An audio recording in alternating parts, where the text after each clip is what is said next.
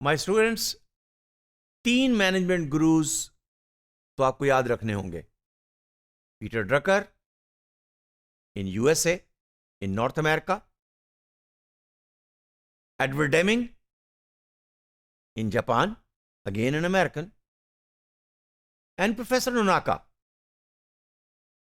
a Japanese, got his PhD from University of California, Berkeley, an MBA from Berkeley, but a philosophical Japanese management guru. फर्क क्या है? Professor Peter Drucker and his ideas were followed in the North American companies. Good enough. यहां मैं उसका एक नया idea introduce करूं, which he gave in the 60s. उसने कहा कि मेरा ख्याल ये है, ये थॉट है ना, उसने कहा कि मेरा ख्याल ये है कि 20, 25, 30 सालों में information worker will be more important than the manual worker. वो वर्कर, वो मैनेजर जो अपने हाथों को और अपने जिस्म को इस्तेमाल करता है काम करने के लिए, उसकी इंपॉर्टेंस कम हो जाएगी उस वर्कर की निस्बत जो अपने दिमाग को इस्तेमाल करेगा। और दिमाग के अंदर क्या है? इंफॉर्मेशन प्रोसेसिंग, जिसको लेटर ऑन नोनाका ने नॉलेज का नाम दिया। वो एक अलग डिस्कशन है, फिर आगे चल के आएगी।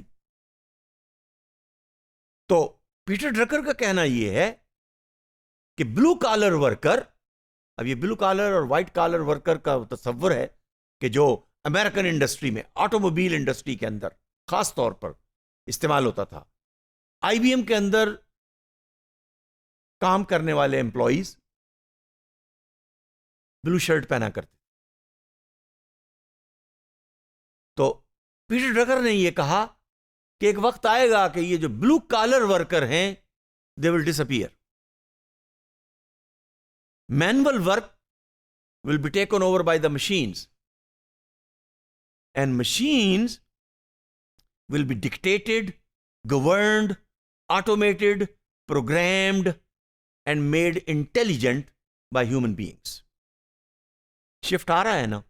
अब ये उसका एक थॉट था, और with the passage of time US auto industry के डिक्लाइन ने उसकी बात को प्रूव किया।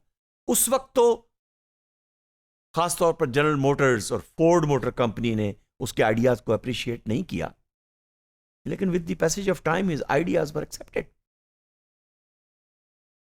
Edward Deming talking to the Japanese, मैंने कहा ना कि moral values of the work of Japanese are different than the Americans.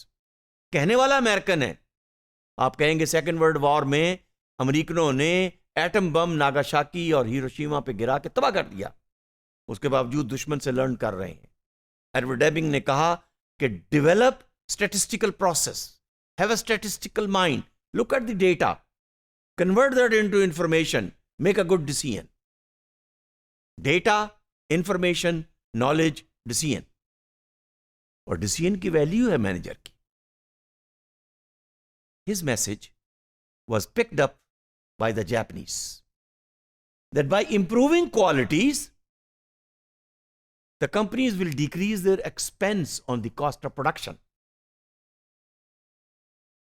And if the productivity will increase, market share will increase.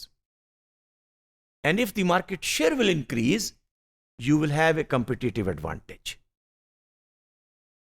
Strategy आ रही है ना, रिसोर्स बेस्ड थ्योरी भी आ रही है, स्ट्रेटेजिक एडवांटेज भी आ रही है, कंपिटिटिव एडवांटेज भी आ रही है। अब competitive advantage on the basis of technology और मशीन नहीं है। अब competitive advantage on the basis of improving the quality, on the basis of improving the market share, on the basis of improving the leadership by having a lower price.